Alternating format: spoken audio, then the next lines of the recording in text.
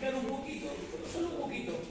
Conforme vayamos avanzando, se van dando cuenta que la histología es un poco más bonita, ¿no? Por no decir compleja también.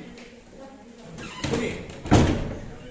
El tejido conjuntivo, como su nombre lo dice, para otros también es el tejido conectivo.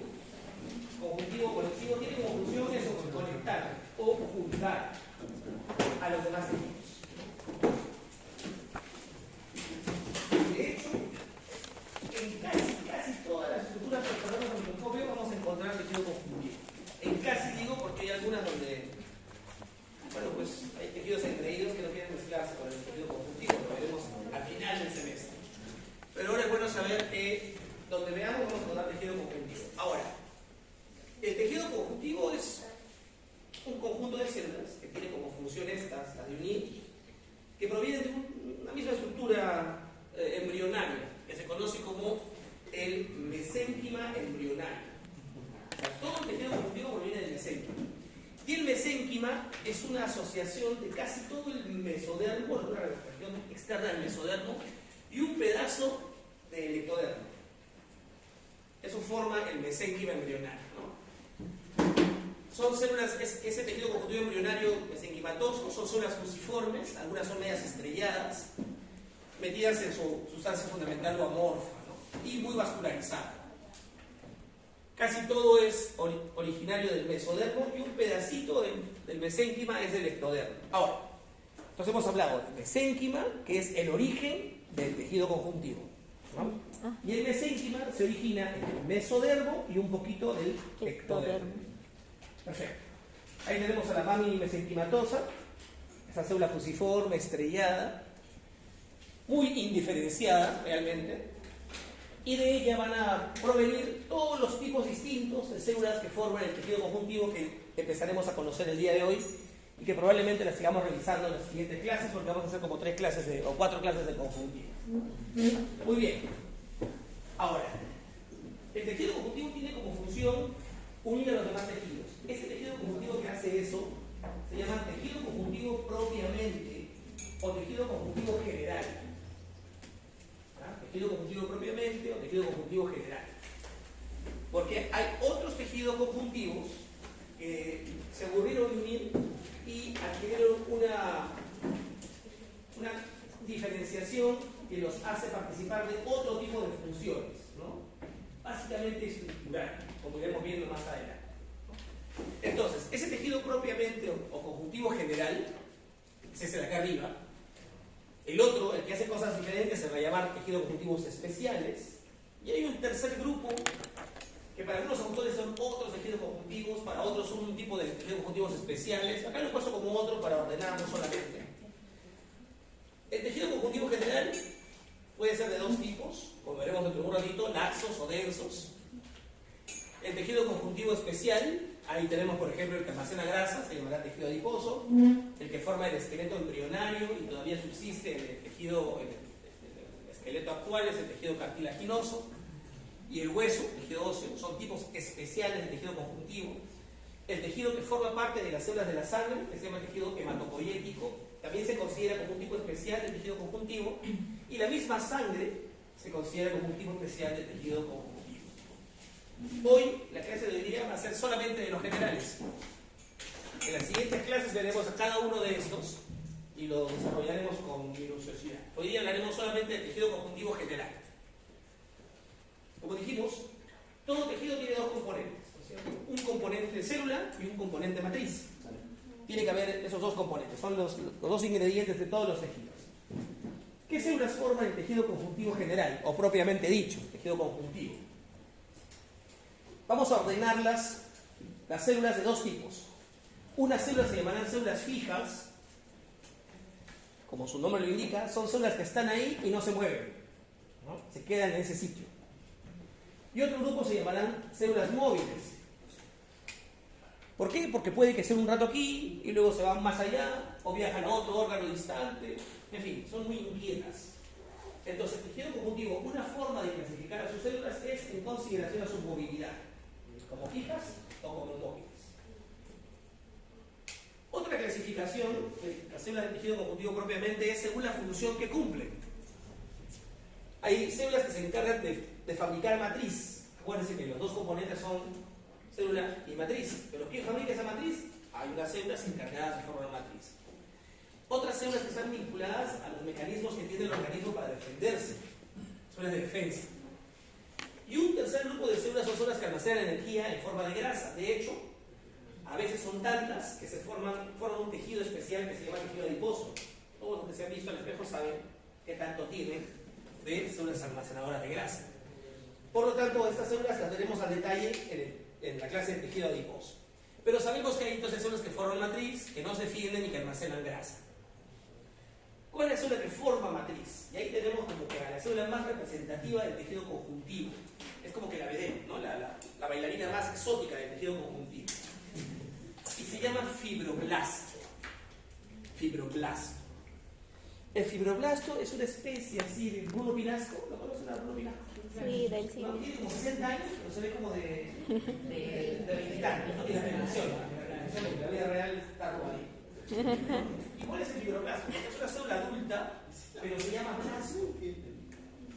Usted sabe que la terminación blasto indica joven, ¿no? Ameloblasto, odontoblasto, mioblasto, adipoblasto. Son células que dicen que todavía no llegó a ser madura. Son como que las adolescentes de la mancha, ¿no? Cuando ya maduran se llamarán miocito, adipocito. La terminación cito, que significa célula, es la terminación que le dice de yape, ¿no? Adquirió la diferenciación, la madurez. Pero el fibroblasto es el Bruno Pinasco, siempre va a ser blasto, porque siempre se ve muy joven y así con esa estructura permanece en los tejidos, como si no hubiera terminado de evolucionar. Es una célula fusiforme. ¿Qué significa fusiforme? Es gordita al centro y se afila a los costados, así, fusiforme. El núcleo es central y sigue el eje longitudinal de la célula. Entonces, es un núcleo ovoide, como ven ahí, pero que está echado en la misma dirección de la misma célula. Si no es así, el núcleo está en la misma forma, ¿no es cierto? Tiene una cromatina intermedia. ¿Qué significa cromatina intermedia? Significa que una parte está condensada, formando eu o hetero. ¿La revisen? Y otra parte está diluida. ¿Qué quiere decir? Quiere decir que la parte es una célula activa o inactiva. Si tiene cromatina intermedia, significa que tiene una actividad metabólica interesante, porque tiene parte de su cromatina diluida siendo leída, ¿no? Procesando, creando proteínas. Entonces, tenemos una célula de núcleo de cromatina intermedia, por lo tanto muy activa, que tiene un nucleolo que llama la atención, y en el citoplasma vamos a encontrar todo el equipamiento que tiene una célula especializada en sintetizar proteínas. Por ejemplo, ribosomas libres, ribosomas adosados al retículo plasmático, convirtiendo ese retículo plasmático rugoso.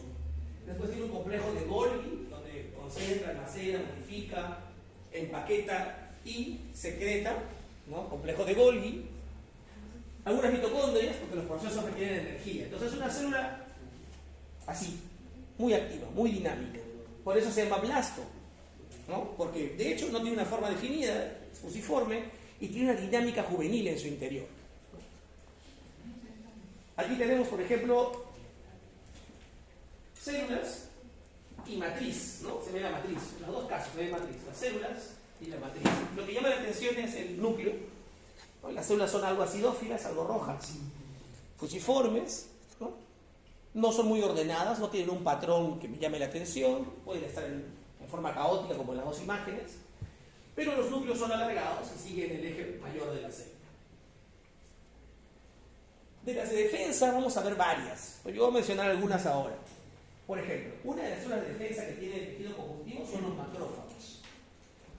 En esa imagen se ve un macrófago en una microfotografía electrónica y acá está en una microfotografía de luz. El macrófago es una célula esférica. Obviamente en los tejidos puede alterarse esa forma y hacerse irregular, incluso puedes ver pseudópodos, proyecciones del citoplasma de que es un avance. El fibroblasto, por ejemplo, es una célula fija. Él se queda en su sitio y produce matriz ahí. Pero el macrófago, en cambio, es una célula móvil, ¿no? Le gusta irse a donde la necesiten. Porque como su nombre lo dice, es una célula tragona, fagocita, macrófago, ¿no? O sea, macro porque es grande y fago porque fagocita. Todo lo que al macrófago le parece extraño se lo come, ¿no? Puede que encuentre una célula muerta, se la come. ¿A quién le van a poner chapa macrófago ahora? Ya la vi. Bueno, puede que ustedes se metan una astilla en el dedo y el macrófago va y quiere comerse la astilla y dice, pero es un astillón, es un tronco para el macrófago, ¿no? Entonces le dice, amigas macrófagos, vengan.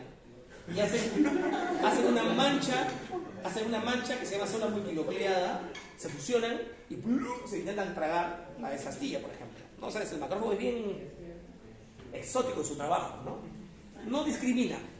Como veremos, hay otras células que también son fagocitos que discriminan, ¿no? Le gusta comerse bacterias, le gusta comerse hongos, le gusta comerse parásitos, pero no, el macrófago, lo que venga, ¿no? Otra célula de defensa es el mastocito o célula cebada. Acá miren qué bonito se ven los fibroblastos, la matriz, y aquí se ve a nuestro amigo mastocito. El mastocito es una célula que tiene en su interior gran cantidad de gránulos de secreción, y se ven claritos los gránulos. Estos gránulos son muy rojos, o sea, muy acidófilos, ¿no? Gránulos acidófilos. A veces los gránulos son tan grandes que no dejan ver el núcleo, lo tapan. Y en el interior de esos gránulos vamos a encontrar nosotros sustancias peligrosísimas, ¿no? Como la histamina, la heparina, el sulfato de condroitina, factor quimiotáctico de eosinófilos, ¿no? Sustancias reactivas vinculadas a la anafilaxia. ¿Qué hace este mastocito? Está en los tejidos conjuntivos ahí, chequeando, tranquilo, sin molestar a nadie, hasta que algún agente externo lo despierta. Agentes para los cuales esa célula ha sido sensibilizada. Es decir, que entró en un contacto, lo ha conocido y no le ha caído bien. Entonces, cuando pasa eso y la célula identifica a ese agente cerca del tejido conjuntivo, se degranula, es decir, libera sus gránulos y en esa zona libera histamina, heparina. La histamina es un poderoso agente vasodilatador, o sea, hace que los vasos sanguíneos de la zona se dilaten, se libera la sangre, incluso, a eso que genera edema de la zona, asociado a la heparina, que es un anticoagulante, hace que esa zona se ponga líquida, se hinche, se produzca algo de dolor, escozor, ¿no? A veces la reacción de estos mastocitos es local, ¿no? Por ejemplo, yo estoy caminando por la pradera y encuentro un girasol y lo respiro, y mi nariz estaba sensibilizada al polen. Entra el polen en la mucosa de acá de la nariz y encuentra mastocitos y los libera. Y en esa zona se me inflama la nariz, se me tapa la nariz, se me empieza a estornudar y producir moco. ¿Por culpa de quién? De la histamina, de la heparina, de la célula.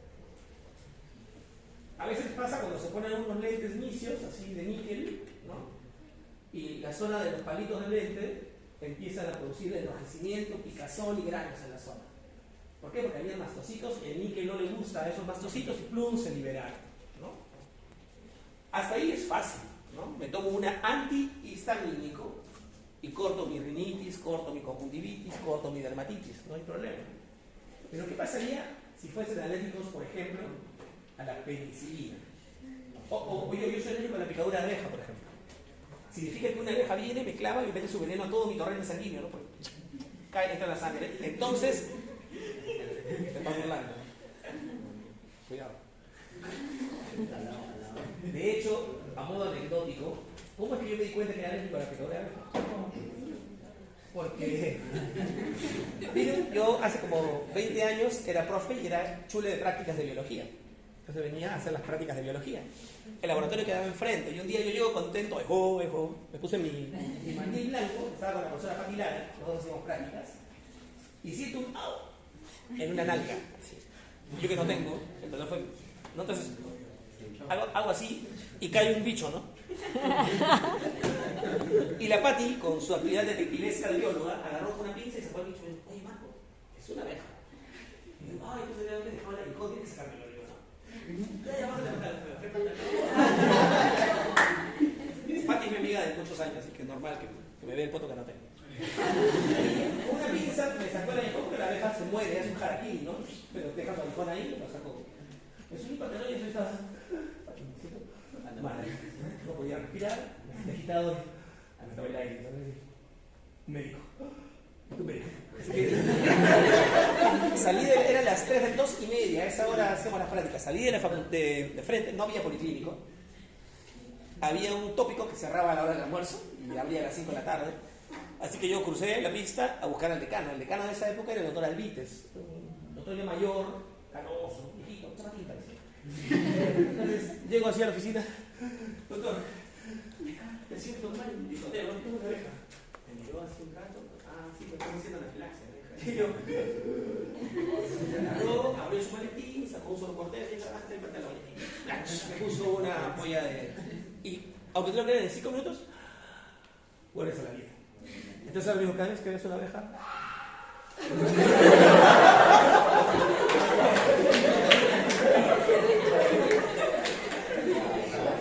Porque ¿qué pasa? Lo que pasa es que entra el veneno a la sangre, o la penicilina, por ejemplo, si son alérgicos a la penicilina, entra a la sangre y mientras la sangre viaja, todos los granulocitos de estos, todos los vasos que después en el camino se desgranulan. Y se desgranulan de tal forma que todos los vasos sanguíneos del cuerpo se dilatan. Y saquen su cuenta, si ustedes tienen, ¿cuánto de sangre tienen circulando? Ya 5 litros, por poner una gimnasia 5 litros. Y tienen la cañería, o sea, los vasos sanguíneos para 5 litros. ¿Qué pasa si yo los dilato todos? Serían una cañería para 7, para 8 litros, con 5 litros de sangre adentro. Eso se llama shock. Porque no hay forma de que la sangre circule, se encharca, se queda ahí frenada y no se mueve. Por eso el tratamiento tiene que ser inmediato. ¿Por culpa de quién? De las células cebadas del tejido conjuntivo, de los mastocitos, ¿no? Otra célula que encontramos en el tejido conjuntivo es el plasmocito o célula plasmática. Es una célula como la ven ahí, media esférica, con un núcleo es chévere. Su núcleo se llama, tiene así, miren la cromatina cómo está. Dice, en luna de reloj, le dicen los histólogos antiguos, porque se ve como si fueran las horas del reloj, ¿no? 1, 2, 3, 4, 5. Otros dicen, no, en rueda de carreta. ¿No? ¿Qué pasa en la rueda de carreta? Los rayos de la rueda de carreta. Cuando la describieron no había seguramente bicicleta, no sé. Bueno, rueda de carreta. Estas células están en el tejido conjuntivo y tienen que ver con la defensa, sobre todo porque participan de la síntesis de anticuerpos, ¿no? En fin, todos los glóbulos blancos de la sangre, como se ve en esta imagen, está, este de acá es un lindo eosinófilo, este es un basófilo, un linfocito, un neutrófilo y un monocito. Las células de la sangre usan la sangre como un medio de transporte para ir a pelear, son células de defensa, las 5, y salen de la sangre al tejido conjuntivo y ahí se va la batalla. Entonces, aparte de las que hemos visto hace un ratito, el macrófago, el mastocito y la célula cebada, ahora vemos también que puede haber neutrófilos, monocitos, linfocitos, basófilos y eosinófilos. Todas son células de defensa. Y finalmente tenemos una célula que es grande, esta de acá, que en su citoplasma solo existe una gran inclusión de lípido, una sola bola enorme de lípido, tan grande que el núcleo de la célula es desplazado a la periferia, como se ve acá, el núcleo desplazado a la periferia, para almacenar grasa, ¿no? Es el adipocito. A veces hay tantos adipocitos juntos que se forma todo un tejido adiposo, ¿no? Y eso veremos en la clase siguiente. El adipocito también es una célula fija. De hecho, el adipocito y el fibroblasto por excelencia son fijas. Son mucho tiempo fijas también, podrían ser mucho tiempo fijas también el mastocito y la célula cebada, porque todas las células de sangre son móviles. El macrófago también es móvil. Entonces acá tenemos células fijas, fibroblasto, adipocito, y este no lo mencioné. ¿Qué es el histiocito?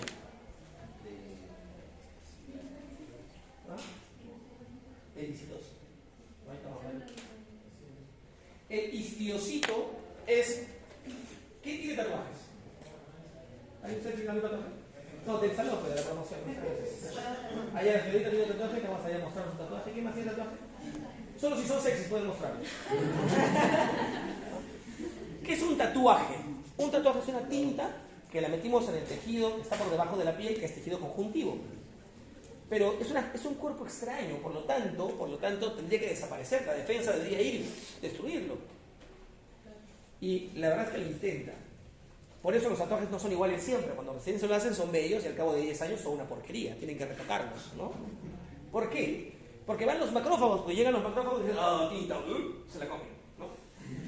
Pero hay unos macrófagos que son fijos, se llaman histiocitos. Son macrófagos que están ahí, tinta, pero ellos no se mueven, se quedan ahí. Y como se quedan ahí, el tatuaje permanece toda la vida. Porque ese macrófago no va a moverse. Pero hay otros macrófagos que llegan que son móviles. Y esos móviles se van, entonces hacen que el tatuaje pierda bordes definidos, baje de color y intensidad. Entonces el histiocito es un macrófago fijo. Y son móviles, los leucocitos, glóbulos blancos, todos los glóbulos blancos hemos visto, las cebadas, los macrófagos y las células plasmáticas son células móviles o migrantes, como dice ahí, ¿no? Emigrantes, ¿no? Dijimos que todo tejido conjuntivo tenía dos componentes. El celular, algo que ya lo hemos revisado con cuidado, y el segundo componente es la matriz. La matriz, que es lo que está entre célula y célula, ¿no? La matriz, ¿quién la produce? El fibroblasto. O sea, la matriz del tejido conjuntivo es fabricada por el fibroblasto. Por eso les dije que el fibroblasto era como que la vedette, ¿no? La dueña del show. La matriz tiene dos naturalezas bioquímicas. Una es fibrilar. Es decir, son cadenas, fibras, ¿no? Matriz fibrilar.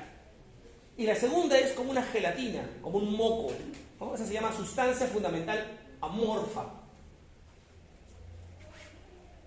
Usualmente conviven las fibras con el moco, ¿no? Con la sustancia fundamental amorfa.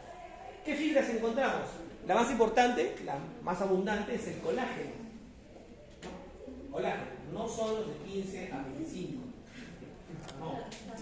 En este caso, el colágeno son cadenas, ¿no? Proteicas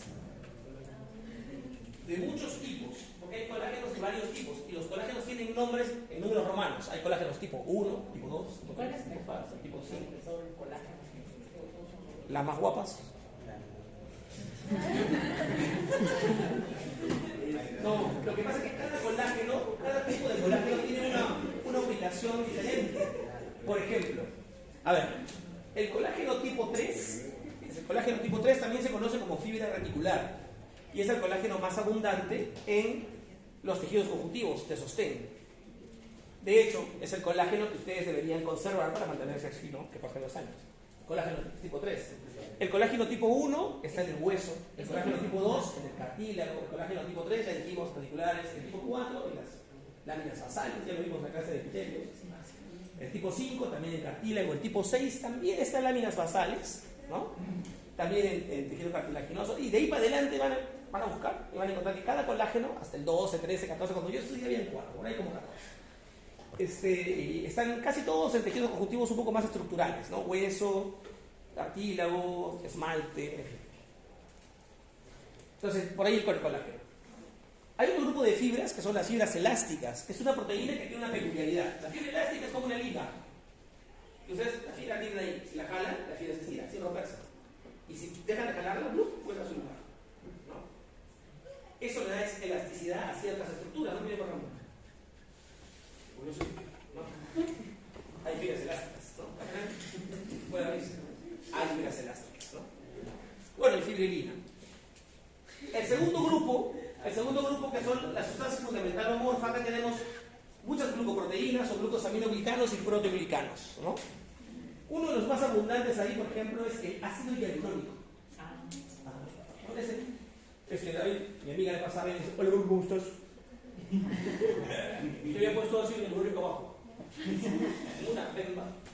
Entonces, el ácido hialurónico es una de estas sustancias que son sustancias fundamental amorfa, que rellenan puentes.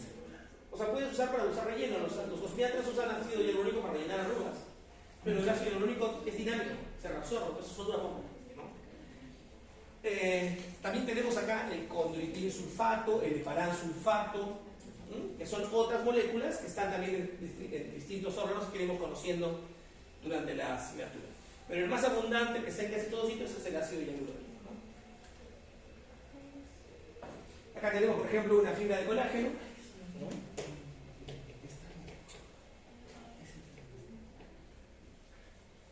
Acá tenemos fibras elásticas. Las fibras elásticas, por ejemplo, no son solubles en agua. Por lo tanto, cuando uno pone un tejido con fibras elásticas, tiene que preocuparse que el tejido tenga huecos para que el agua fluya por los huecos. Si yo lo pongo como una lámina, no pasa, no hay permeabilidad de un lado y de otro lado, ¿no? Acá tenemos el mesenterio, por ejemplo, para que vean ustedes fibroblastos, sustancia fundamental amorfa y muchas fibras caóticas, ¿no? Acá, por ejemplo, hemos pintado de negro láminas elásticas. Esta es una arteria elástica en la aorta. Es una arteria que cuando el corazón sale el chorro de sangre, la arteria se ensancha. Pero al toque, ¡plup!, vuelve a su lugar, ¿no? Es porque es elástica en su pared. Y estas son láminas elásticas. Es decir, son esto, así. Pero puesto alrededor de toda la arteria. Pero hay huecos acá. Es perforada. Porque si no fuera perforada, la sangre no podría viajar de un lado al otro. Los fluidos no podrían viajar de un lado al otro porque es impermeable. Aquí tenemos fibras reticulares, colágeno 3. En un tejido conjuntivo, ¿no? Más fibras reticulares. El mesénquima que ya vimos al comienzo, ¿no? Las células venas estrelladas, fusiformes, la matriz. Este es un tejido conjuntivo en el que yo veo con mis fibroblastos y veo sustancia fundamental, pero casi no veo fibras, veo puro moco. Cuando veo más moco que fibras, digo que es mucoso. Es más, ahí no veo fibras, por eso digo que es un tejido conjuntivo mucoso. Cuando veo fibras abundantes, digo que el tejido conjuntivo es denso. Y cuando veo pocas fibras, digo que es laxo. Las fibras convierten el tejido conjuntivo propiamente en laxo, son pocas fibras, y en denso son muchas fibras. Y es más, si las fibras están caóticas, o sea, así, digo que es tejido conjuntivo denso, irregular o no modelado. En cambio, si veo las fibras todas peinaditas como el pelo de Rapunzel, digo es tejido conjuntivo denso, modelado o regular. Por ejemplo, estos son fibroblastos y esto de acá, todo esto de acá, todos son fibroblastos. Todo eso es tejido conjuntivo. Acá arriba el tejido conjuntivo, ¿cómo será? Yo diría que es laxo, porque veo mucho blanco, moco, y fibras, ¿no? Estas rosaditas son las fibras. En cambio, acá abajito, yo veo un poco más denso el tejido conjuntivo, ¿no? Entonces acá hay una zona laxa y una zona densa, tan densa que se llega a ver roja las fibras, ¿no? Acá, por ejemplo, esto de acá para abajo es tejido conjuntivo, hay fibroblastos y tejido conjuntivo. ¿Será laxo o será denso? Es denso, ¿no? Porque veo harto rojo, o sea, mucha fibra. Pero ¿las fibras están ordenadas o caóticas? No es tejido conjuntivo denso, no modelado. Acá he pintado de azul las fibras rosadas, ¿no? Otra vez, tejido conjuntivo denso, harta fibra, pero fibras irregulares, ¿no? En cambio acá, esto sí es tejido conjuntivo denso, pero recontramodelado, ¿no? Esto es un tendón, por ejemplo.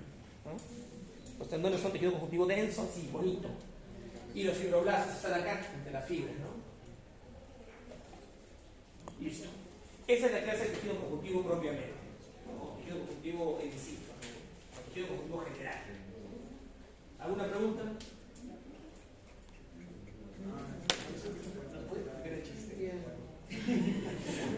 Sí, no, es un chiste para semiólogos. Lo que pasa es que cuando uno quiere escuchar cómo está ventilando el pulmón, uno pone el estetoscopio y le dice respira, y la gente respira, ¿no? Y cuando quiere ver cómo se transmite el aire y aumentar la ecosonoribilidad, le dice diga 33, y el paciente dice 33, 33, 33. Pero es un paciente mudo. Entonces el médico le dice diga 33, es 3, 3, 3, 3. El 3 es el ruido que pasa bonito, ¿no? El paciente escribe, ¿verdad? Un chiste para semiólogo. Pero eso la gente se manda a La próxima semana no hay teorías porque yo he adelantado clases por lo menos 2 semanas. Sí, adelante. Pero prácticas hay normales.